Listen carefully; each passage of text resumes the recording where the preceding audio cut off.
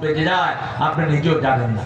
এই জন্য যে কোনো নামাজ যখনই আসবে, প্রথম নামাজ, প্রথম কি বলেন না সালাতি, বলো আমার নামাজ, আমার জীবন, আমার কোরবানি সবটা কার জন্য? কেন আল্লাহকে নামাজের কথা বলুন? আমি একটা বুঝতাম না। আমি একটা বুঝেছি আমেরিকার একজন গাইনোকোলজিস্টের কাছে, ইংল্যান্ডের একজন গাইনোকোলজিস্টের কাছে একটা বুঝেছি। তিনি বললেন, তিনি মুসলমান হলেন, একজন খ্রিস্টান। আমি বললাম হাউ ইউ বিকাম মুসলিম, তুমি মুসলমান হলা কিভাবে? বলছে মায়ের পেটের বাচ্চা দেখে আমি মুসলমান হয়ে গেছি। আমি বুঝলাম না জিনিসটা। তিনি আমাকে বললেন আসো তোমাকে দেখাই বাচ্চা মায়ের পেটে কি অবস্থায় থাকে। বাচ্চা মায়ের পেটে সেজদায় পড়ে থাকে, দুই মুষ্টি বন্ধ হাত দুই পাশে, মধ্যখানে হাঁটু ভাঙা, মাথাটা নিচের দিকে দিয়ে থাকে। বাচ্চা যখন মায়ের পেটে সেজদা অবস্থায় থাকে তার ডেলিভারি হয় স্বাভাবিক, আর যখন সেজদার জায়গা থেকে নড়ে যায় তাকে পেট কেটে বের করতে হয়। ডাক্তার বলছেন প্রতি মুহূর্তে বাচ্চা মায়ের পেটে সেজদা দিতে থাকে, প্রতি মুহূর্তে মায়ের পেটে বাচ্চা কি দেয়? সেজদা দিতে থাকে।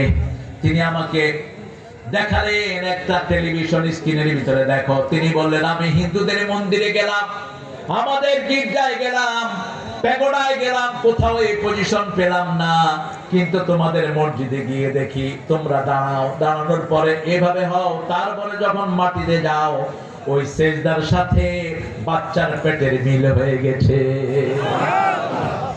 এটা দেখেই আমি পড়লাম লা ইলাহা ইল্লাল্লাহু মুহাম্মাদুর রাসূলুল্লাহ সাল্লাল্লাহু। তাহলে আমরা নামাজ ছেড়ে দেব না। নামাজ আছে যেখানে জান্নাত আছে, সেখানে নামাজ আছে যেই মাসে শান্তি আছে, বরকত বেশি, সেই মাসে একটু নামাজটা পড়েন না, দেখেন পরিবর্তনটা দেখেন জীবনের।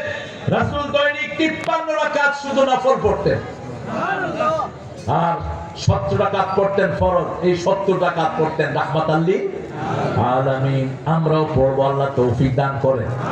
রাসূল যখনই কষ্ট অনুভব করতেন নামাজ পড়তেন, আর বলতেন তোমার নামাজ তখনই কবুল হবে যখন তুমি পিতামাতার সাথে ইহসান করবে। কার কথা?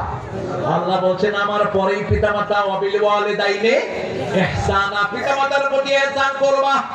ইহসান কাকে বলে আল্লাহ এবার শিখিয়ে দিচ্ছেন। লা তাকুল লাহুমা উফ, প্রথম বললেন পিতামাতা বৃদ্ধাশ্রমে পাঠাবা না, যদি দুইজনের একজন বৃদ্ধ হয়ে যায় বৃদ্ধাশ্রমে পাঠাবা না। ইম্মা ইয়াবলুগান্না হাদাহুমাল কিবার আও কিলাহুমা ফালা তাকুল লাহুমা উফফিন ওয়ালা তানহারহুমা ওয়া কুল লাহুমা কাওলান কারীমা ওয়াখফিদ লাহুমা জানাহায যুল্লি মিনার রাহমাহ ওয়া কুর রাব্বিরহামহুমা।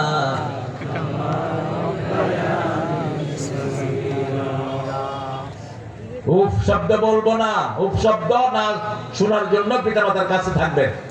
5 ভাই 5 ভাই ঢাকায় পড়ে থাকেন, চিটাং চলে থাকেন, পিতামাতা একা একা কোরআন বিরোধী। উফ শব্দ হলে আপনাকে পাশে থাকতে হবে, ঠিক না?